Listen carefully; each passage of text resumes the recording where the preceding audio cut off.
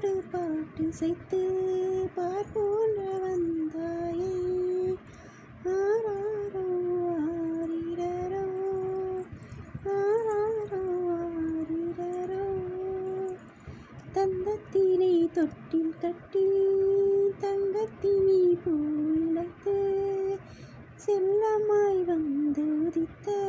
சேர நாட்டு முத்தனே ஆராரோ ஆரிரரோ ஆராரோ ஆரிரரோ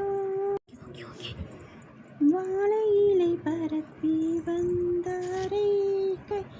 கையமைத்து சுவையானே விருந்து வைக்கும் சோழனா